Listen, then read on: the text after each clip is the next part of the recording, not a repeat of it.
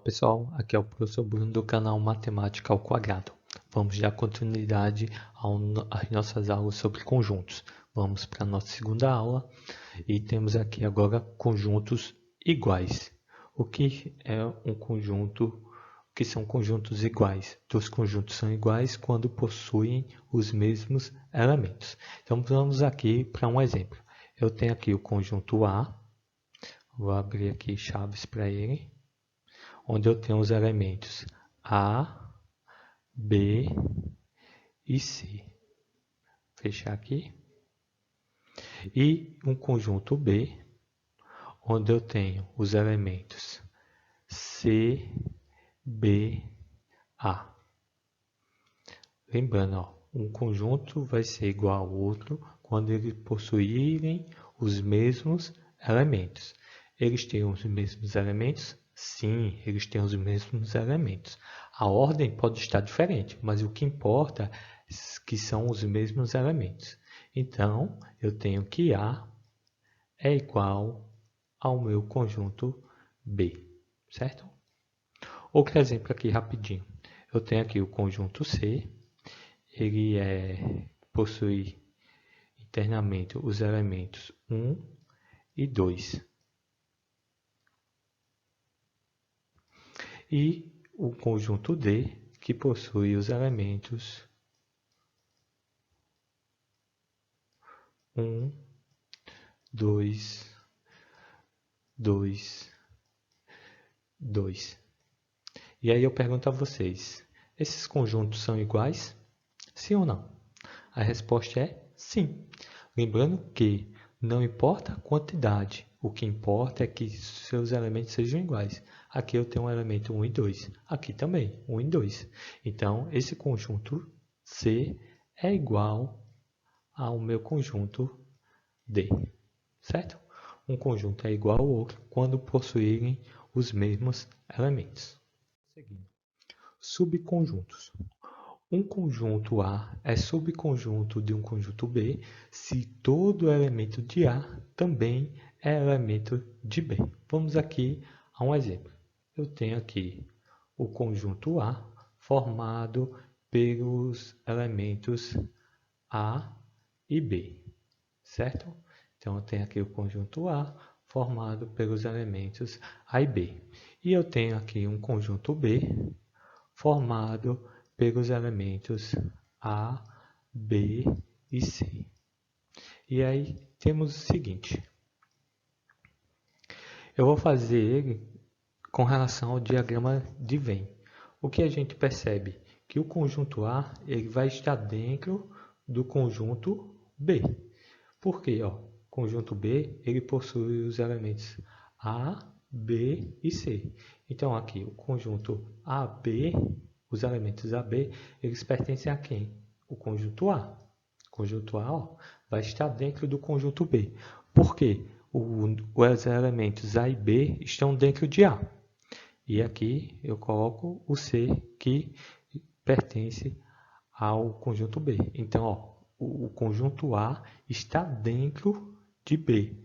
Se ele está dentro de B, a gente diz o seguinte, que o conjunto A ele está contido, o símbolo de contido é um C, um pouco esticado, em B.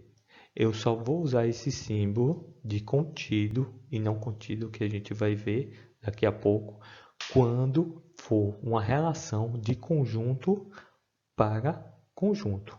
Então, esse símbolo aqui, ele indica estar contido. Está contido.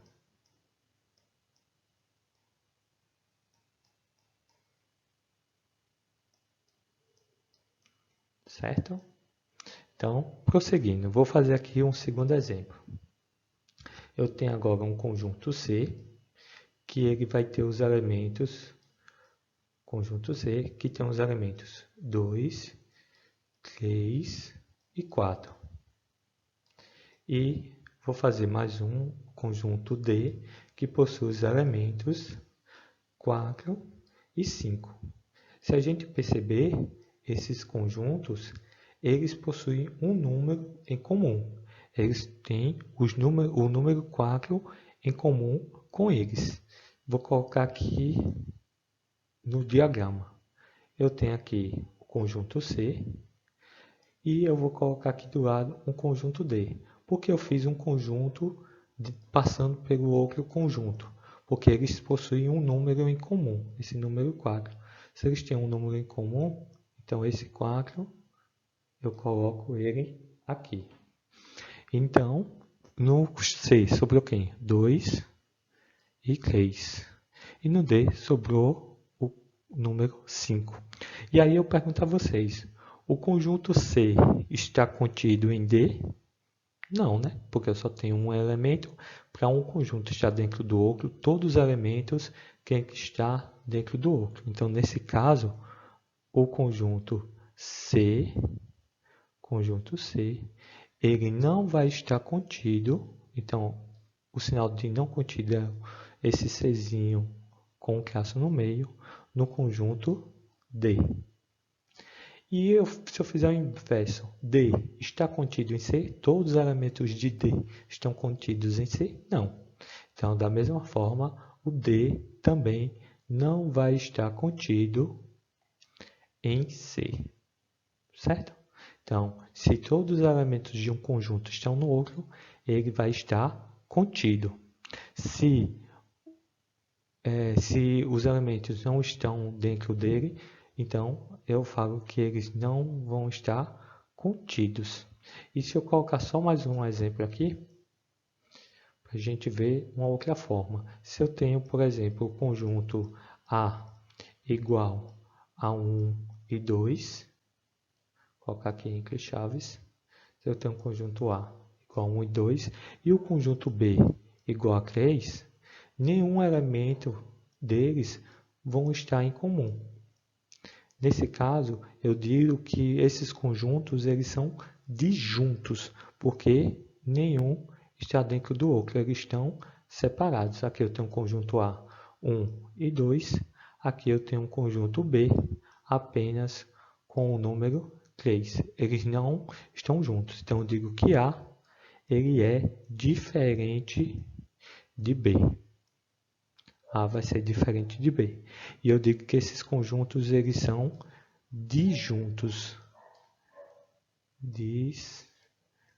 Disjuntos.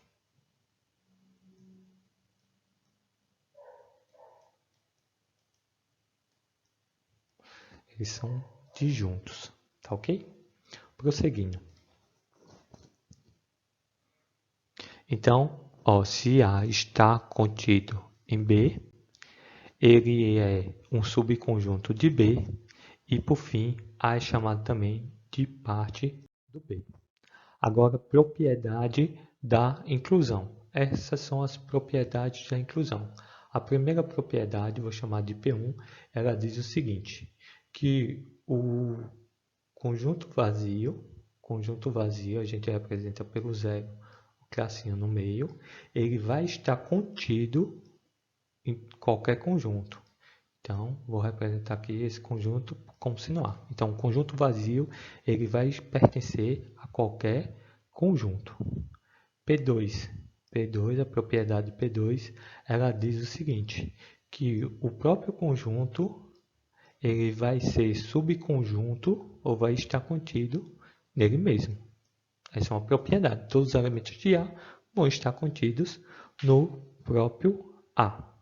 Certo? Essas são as duas propriedades que temos sobre a inclusão. Vamos agora para um exercício. Eu tenho aqui o conjunto A, 1, 2 e 3, e o conjunto B, 2 e 3. E vamos responder essas alternativas através de verdadeiro ou falso.